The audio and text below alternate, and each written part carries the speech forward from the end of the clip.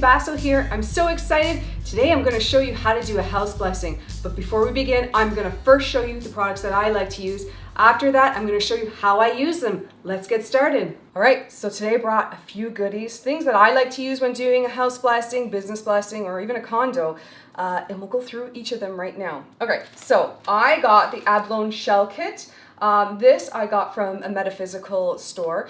It has white buffalo sage, also known as California sage. It's got your little feather, your shell. It has salt, I believe some salt stuff in there. I don't even know.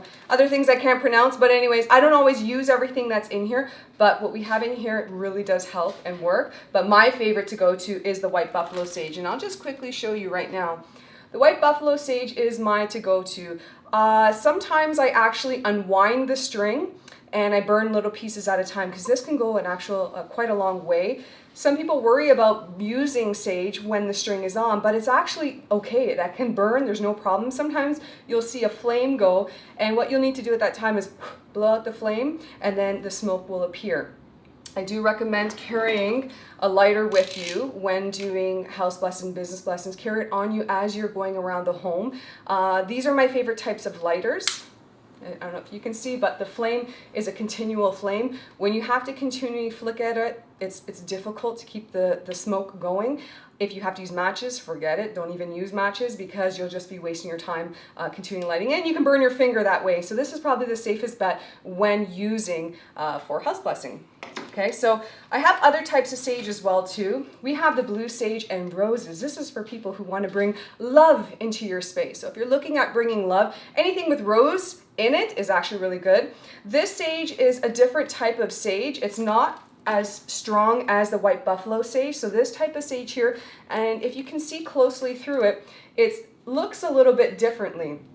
So as you can see, there's a lot of sticks in it and very little leaves in it. Here, it's not as strong. It has a sweeter smell. This is like something you would use on a daily basis if you want to clear your aura, your energy, your home, your space. This is a little bit nicer and sweeter, but when I see energy move, I see it move a lot quicker with my favorite white buffalo sage. Okay, so then we have our white sage.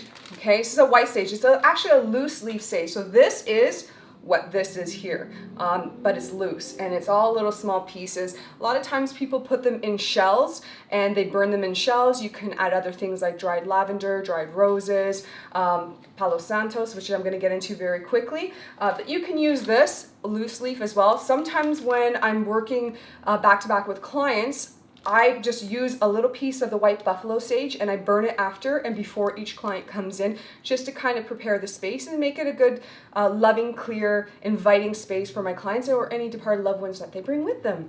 Okay, so that's the loose leaf. The other thing I like to use is the palisantos. I like palisantos. It has a really nice sweet smell. When I do house blessings that have children in the home or, parents want to start using more sage or palisantos clear the home, I do recommend this if they do have children. Kids seem to like this smell better than the actual stick of the white buffalo sage. So I do recommend, if you have a lot of kids or someone who's like, "Ugh, I hate the smell of sage, it stinks." I get it. I've been through it with my family, but they got used to it now, so now I can just burn regular sage. But if you are looking at using a sweeter smell, palisantos seems to be a popular. The only thing I don't like about the palisantos is you have to keep burning it. It dries out very quickly. The smoke dissolves very, very quickly. So I do recommend that you do have a lighter with you as well if you're going to use palisantos, and then just regular lighting it, blowing out the flame. Usually there's not much of a flame when burning with palisantos, but palisantos is a to-go-to if people in the family don't like the sage, okay? And then what I like to use as well too, and for homes, I don't use this often, but I do use singing bowls, okay? And I'll let you really quickly hear. I get chills when I use the singing bowls, but the singing bowls really lift the vibration up in the home. It clears the energy. Look, I'm like getting chills through my whole body right now as I'm using it. You guys getting chills? Yes? This is pretty powerful stuff. And so the white buffalo sage is good in conjunction with also using a singing bowl as well. And we'll get into a little bit further detail, explain a little bit more of how I use this when doing a blessing. And then we have our Tibetan bells. I love my Tibetan bells. I love using them when I do Reiki sessions with people as well too. I use them in the home as well, and I'll explain to you a little bit later on or in another video of how to use the singing bells. So that's how that sounds. All right. Okay, so usually those are items I use to clear the energy, and then what I do afterwards is I need to bring in positive blessings, positive love, giving thanks to the negative energy for leaving, and also giving thanks to the positive energy for coming in. And how I do that is I use incense, and I love incense. This is probably one of the most popular incense around the world. It's called Nag Champa. It smells so nice. I have people that buy this like crazy from me, but Nag Champa is the most popular. This is the stick of it. I'll go into a little bit further in terms of how to burn the incense as well too. But incense, if you do have it, you gotta be careful where you get your incense from, because we wanna make sure that they're hand rolled and it's a better quality, because we don't want to be burning chemicals in our home, okay? And all this stuff that I'm going to be showing you here is all natural stuff, okay? So Nag Champa is popular. If you don't like using the white buffalo sage, the bundles, if you don't like using that, then there are options for sage in an incense form. Now, when I do house blessings, people are calling me to do serious house blessings, so I wouldn't use something like this inside of my home. But if you are just doing a general home and, you know, nothing serious is going on, no spiritual crazy stuff is happening, then the sage incense would probably be the better bet for you, okay? And then, I know we talked a little bit about the blue sage and roses to bring in love and blessings. When you bring love into your environment, then what happens is there's healing that occur within yourself, people around you, people within your space. And so why not get rose incense? Rose incense is so nice. Again, you want to make sure, I love the smell of the rose incense. You want to make sure it's a better quality. Usually it'll say on there if it's hand rolled. I always like to know where the sage is coming from. So I find India has probably the best sage. But rose incense is really good. It brings in blessings. This is what I use after I do a house blessing. And so the last thing I'm going to quickly show you, and it's a big monster one. I've used this. It is my same thing, white buffalo sage, California sage. You can tell it's already been used.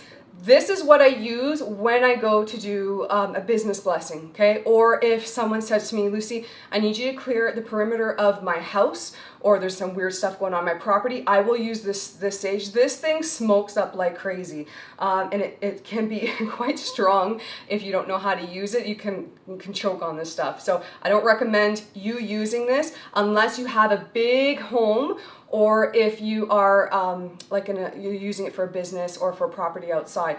But I love this stuff. It's just not to be used every day. So your everyday obviously would be going to the white buffalo sage. You can unpeel it again, and that's about it. So these are the goodies that I like to use. Obviously there's a lot more things that you can use, but for today, we're gonna get into it a little bit further. All right, I'm so excited to show you guys, but please, before we begin, I need to go over a few things. Let's make sure the windows are all open, fans are on, washroom fans are on. The energy needs to be transmuted out to Mother Earth. So it's really important that that happens first before we begin. The other thing is no babies, guys. Can't be any babies in the home. Anybody who has any allergies to smoke, anybody who's on any oxygen tanks, please make sure that you're not clearing the home with these people inside, because it wouldn't be right. It wouldn't be safe for them anyways. The other thing too is, let's make sure that it's not a rainy day when you're doing a house blessing. We don't want any water in the home. The other thing is, you got to know how to use a lighter. You must be of the age of 18 if you are going to be doing a house clearing. We want to make sure that this smoke here, this fire here, doesn't create any fires within your home. Again, please, I'm not liable. Please be careful, be cautious. And yeah, look forward to showing you. All right, so I always like to start off with a prayer. Because I am Catholic, I like to start off with the Hail Mary prayer, Glory be to Father, Our Father prayer. If you know any Hindu mantras, you can use those. You can use the universe, asking the universe to help you with this as well. But it is important that you invoke some type of protection, healing energy to work with you as well. And I always ask my angels, my guides, my spiritual crew to work with me, making sure that I'm safe, everyone else that is working with me or in the home is safe and protected and cleared while we are doing this work. So making sure you are lighting, again, you're using that lighter that has a continual flame. You will get some ashes that drop from it. So if you are anal about stuff dropping, you might want to use one of those shells, or sometimes I've used even like a foil. And what I do is I just hold it under and I just put my lighter in my back pocket here.